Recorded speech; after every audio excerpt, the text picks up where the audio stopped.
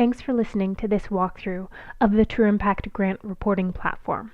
Today's training will cover the various steps to creating a profile in the True Impact tool.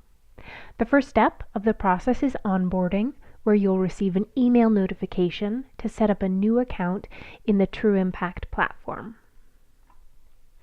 Open the email, add any due dates to your calendar or task management system, and open the training deck in a separate tab for your reference while you complete the report. Please also make sure to use the email address in this invitation to create an account. This is the specific email attached to the investment. So copy and paste that email into the ir.trueimpact.com sign up and create a new account for your organization.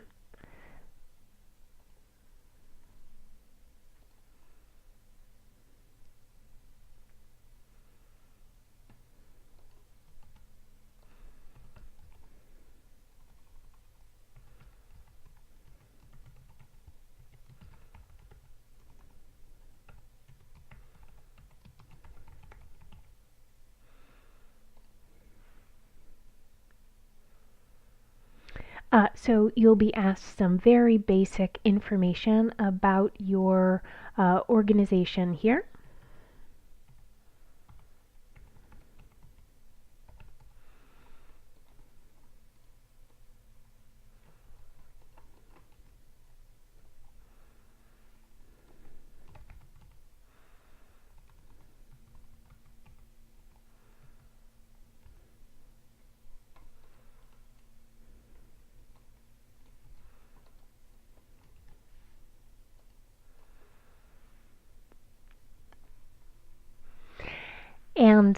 And then you'll see the invitation from the funder here. I'm going to click Accept and Allocate and then confirm the investment. So I want to create a new report from scratch. So I'm going to click the Create New button.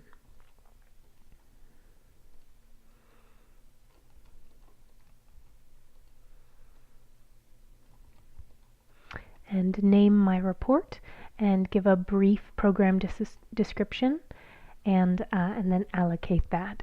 There are 3 categories for selecting your investment type here: incremental, significant, or foundational, based on the contribution size relative to the program budget. So for my program, this is one of the largest contributions to the program's overall funding.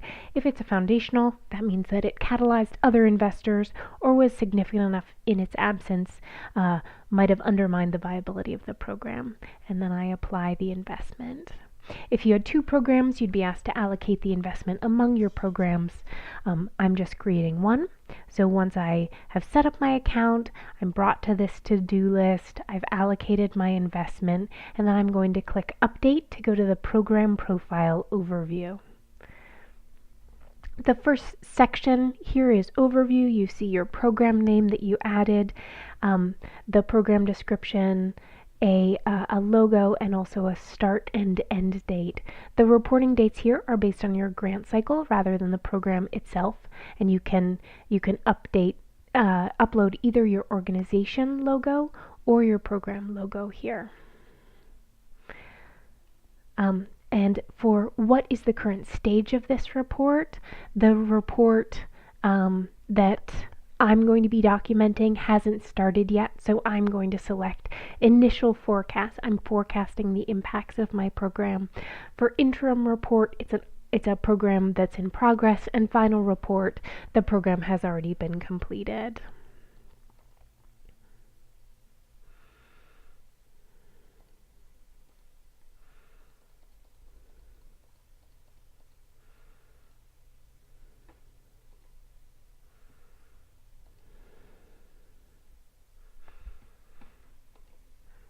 After the overview, describe the intervention, looking at the core services of your program. This is a really high level summary of your activities designed to give someone who's unfamiliar with your program an understanding of what your program does or services that it provides. And These are just activities for the program that you're funded for, not for the entire organization. The next step here is to identify beneficiaries, who participates in your program, and where they do your work. A location can be as specific as a neighborhood or as large as a continent.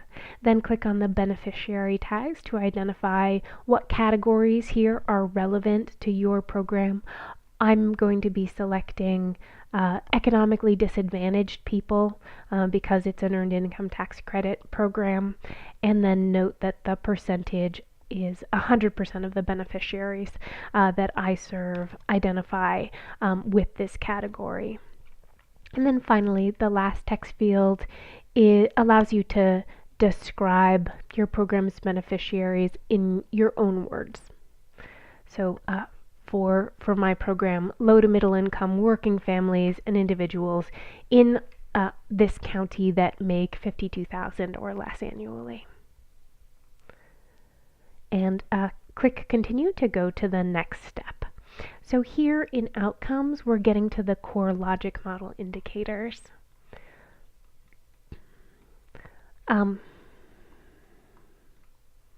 We've pre-populated the account with indicators that match your funder's focus area. So select the program that's most relevant to your program here based on the indicators that appear below the service category. In my case, I'm selecting financial capability. And if you move to, if you click continue, move to another section of the report without completing all the required questions, a little red check will appear underneath the section name in the header ribbon. So you can just return to the section and help text will guide you through any required questions. So I've selected financial capability, and as I scroll down, on the left side of the logic model, you can see icons for capacity developed, reach, preparation, mobilization, and social impact. Indicators are organized into these stages, like short, medium, and long-term outcomes, to create a map of your program's impacts from the policies and coalitions created in order to serve your beneficiaries to that end social, economic, or environmental outcome of your program. And your first step in developing the logic model is to decide which indicators are relevant to your program by clicking yes or no in the middle column. For each relevant indicator, you then report on the forecast number, what constitutes success for your program, and how you measure the program. And my EITC program has 2 capacity development indicators that are necessary for the success of my program: policies implemented, so I'm clicking yes, and also collaborations developed, so I'll be clicking yes here. And you can see that some other information pops up here.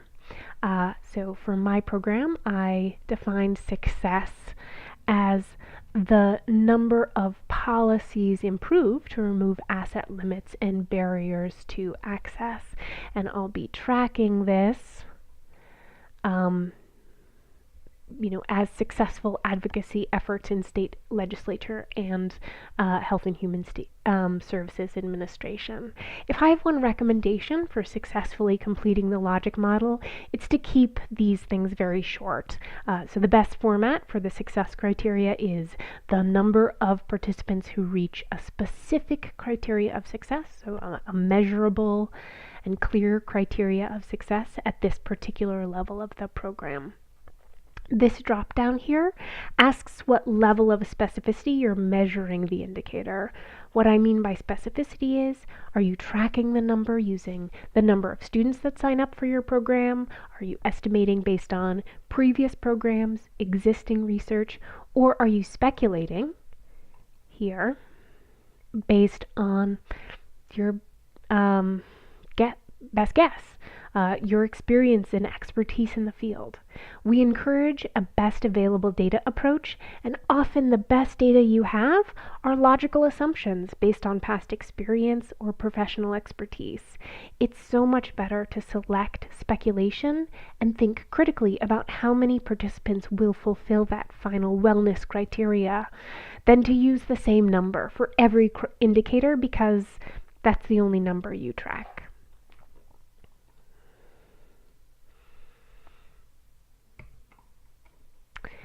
So here I'm going to go down to the collaborations developed and define the number of coalitions formed to improve service delivery, how I'm going to be tracking that here, the number of MOUs that are signed,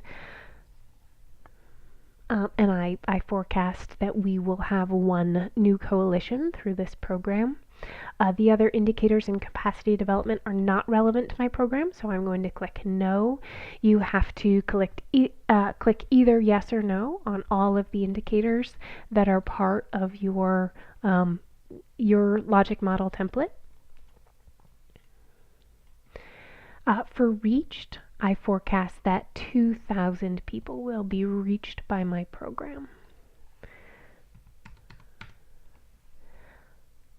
So this is the number who are receiving benefit screening and free tax services from the EITC Tax Coalition.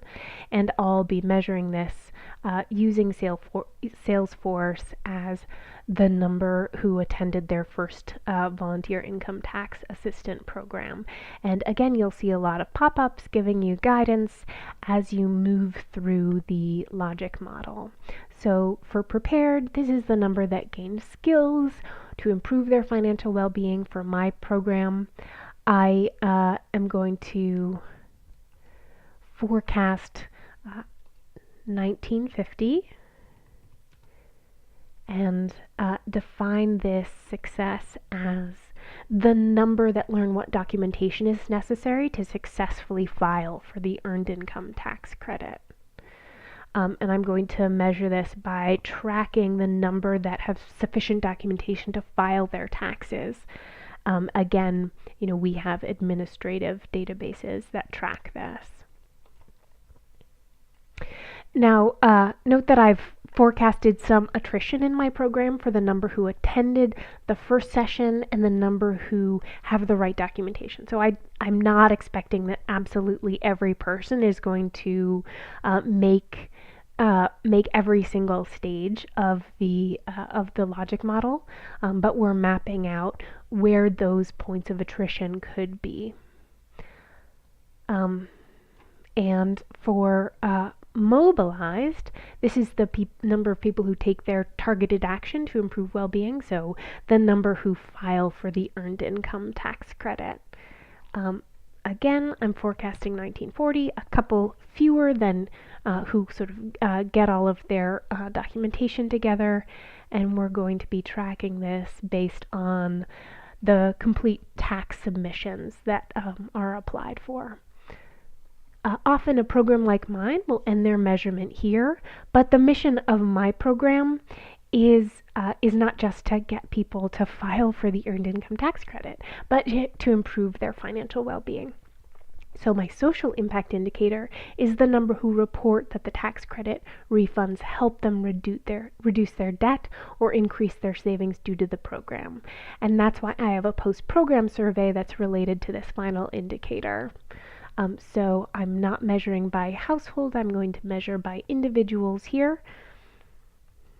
And I anticipate that 1850 will report on their post-program survey question that either my tax refund helped me reduce my family's debt or my tax refund helped me put money into savings.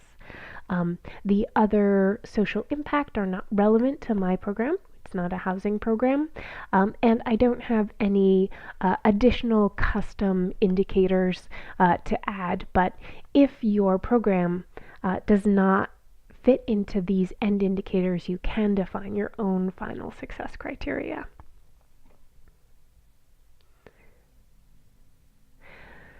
Because my program report is in its initial stage, that is, I haven't started implementation yet, I'm not going to be filling out the narrative section. When I return after the program is complete and change the report status to final report, then this narrative section becomes editable and I can add in lessons learned and success stories and success story photos.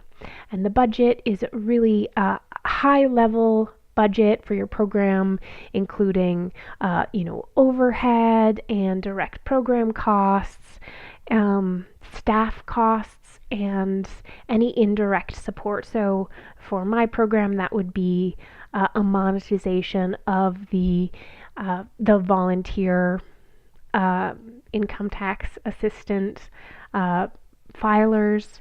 And again, this is the overall program budget, not just the grant funding. So it should be very likely, unless your program is entirely funded by one grant, larger than the grant itself. And if the funding is for operational expenses overall, include your entire operational budget and then click the green Continue button. Here we'll be led to the Review Donor Impact Receipt. So I can view my report as my funder sees it, then return to the other sections, make any necessary edits, make sure that I'm providing the necessary information for my funder, and then I can click the Submit for Review button. So here, you should, you should note where there are issues, and it will not let you complete the submission until you finish those. So I need to upload a logo here, and I'm also going to sort of review. Look, there's this sort of suggestion to change my end dates, and that will help resolve any of the sort of, automated concerns before I complete. So once you've completed the report here, you'll publish it for feedback, and then True Impact will review your feedback, and you'll get an email once that feedback is submitted, and you can return to the system, see our comments, and make any edits that are necessary. Once you make changes in your report, click Mark Resolved and go to the bottom of the profile, click Publish, and your report will be available for your funder, so you can literally be on the same page to review your program and its impacts. So if you experience any technical issues or process-related questions, you can always click the charcoal help button at the bottom right of the screen at any time.